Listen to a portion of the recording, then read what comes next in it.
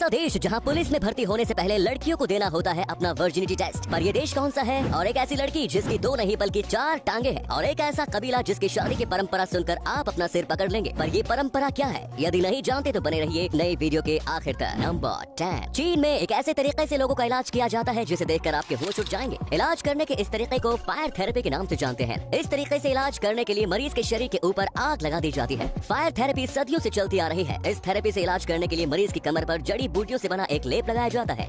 लेप लगाने के बाद उसे तौलिए से ढककर उस पर अल्कोहल छिड़का जाता है। अल्कोहल छिड़कने के बाद उस पर आग लगा दी जाती है। बीमारियों के अनुसार ही व्यक्ति के ऊपर अलग अलग जड़ी बूटियों का लेप लगाया जाता है। लोगों का ये मानना है कि फायर थेरेपी से उन्हें बीमारी से काफी जल्दी राहत मिलती है। नंबर 9। आपको जानकर हैरानी होगी कि यदि इंडोनेशिया में महिलाएं पुलिस में भर्ती होना चाहती है तो फिर उन्हें वर्जिनिटी टेस्ट देना अनिवार्य होता है। केवल वर्जिन महिलाएं ही इंडोनेशिया पुलिस में भर्ती होने के लिए योग्य मानी जाती है। बड़ा ही अजीब नियम है। नंबर 8। वैलेंटाइन डे आते ही कई सारे संगठन एक्टिव होकर इनका पुरजोर विरोध करना शुरू कर देते हैं। भारत हिंदू फ्रंट नाम का एक ऐसा ही संगठन है जिसने वर्ष 2018 में वैलेंटाइन डे के प्रति विरोध जताने के लिए गधे और कुत्ते की शादी करा दी। इस संगठन का कहना था कि उनका संगठन भारतीय परंपरा और संस्कृति को बचाने के लिए इस दिन का विरोध करता है। वैसे इनका मकसद जो भी हो, लेकिन विरोध जताने का इनका तरीका काफी मजेदार है। नंबर 7। वर्ष 1980 में कैंपिंग के लिए बाहर गए एक ऑस्ट्रेलियन कपल की 2 महीने की बेटी अजारिया को डिंगो प्रजाति के ऑस्ट्रेलियन जंगली कुत्ते उठा कर ले गए। जब पुलिस को इसका कोई सबूत नहीं मिला तो बच्चे की माँ लिंडी कैम्बरलिन को ही बच्चे की हत्या का आरोपी ठहराया गया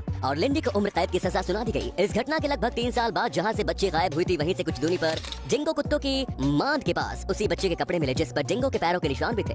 इस सबूत के मिलने के बाद लिंडी को जेल से रिहा कर दिया गया। नंबर 6। माइकल कॉर्बिन का जन्म यूनाइटेड स्टेट के टेनेसी नामक शहर में हुआ। इनके जन्म ने दुनिया के हर एक आदमी को हैरान कर दिया। बेहद मासूम व प्यारी माइकल बाकी लोगों की तुलना में केवल एक अंतर लेकर इस दुनिया में आई थी और वो है उसके 4 पैर होना। जी हाँ, माइकल के 2 नहीं बल्कि 4 पैर थे। 2 सामान्य उस स्थान पर और बाकी 2 टांगे उनके ठीक बीचों बीच एक अलग अंग से जुड़ी हुई थी। डॉक्टरों का कहना है कि कई बार जो पेट में जुड़े हुए जुड़वा बच्चे होते हैं उनमें से एक के शरीर का तो पूरा आकार बन जाता है, लेकिन दूसरे के शरीर के कुछ हिस्से पहले वाले बच्चे के साथ जुड़ जाते हैं। इसका मतलब है कि माइटन की एक जुड़वा बहन थी जो कि उसके पैदा होने से पहले ही उनकी माँ के गर्भ में थी, लेकिन जन्म केवल माइटल का हुआ। नंबर 5। प्लेन की इमरजेंसी लैंडिंग तो हमेशा होती रहती है, लेकिन साल 2018 में एक ऐसी ही वजह से प्लेन की इमरजेंसी लैंडिंग हुई थी जिसे जानकर आप अपनी हंसी नहीं रोक पाएंगे। असल में ये फ्लाइट दुबई से नीदरलैंड जा रही थी, लेकिन इस फ्लाइट में सवार एक पैसेंजर को गैस्ट्रिक प्रॉब्लम थी और वो फ्लाइट में लगातार गैस छोड़ता जा रहा था। इस शख्स के लगातार फाट की वजह से फ्लाइट में सवार बाकी यात्रियों को दिक्कत होने लगी और उन्होंने हंगामा शुरू कर दिया। यात्रियों ने इतना हंगामा मचाया कि आखिरकार फ्लाइट को ऑस्ट्रेलिया के वियना शहर में इमरजेंसी लैंडिंग करनी पड़ी। इस घटना की सबसे मजेदार बात तो ये रही कि न्यूयॉर्क पोस्ट ने इस घटना को पार्ट अटैक के टाइटल से छापा।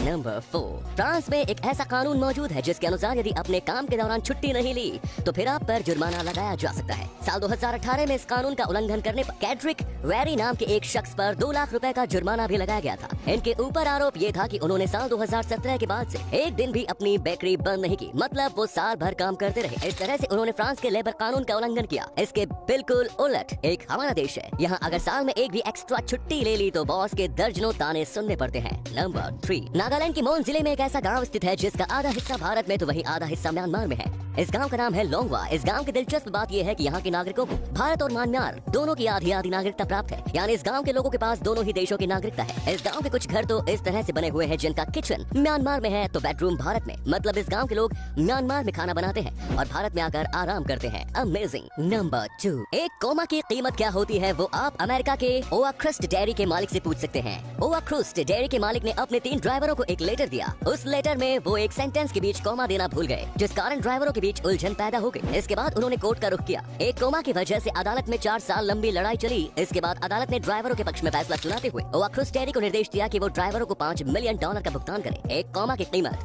$5 मिलियन। गजब है।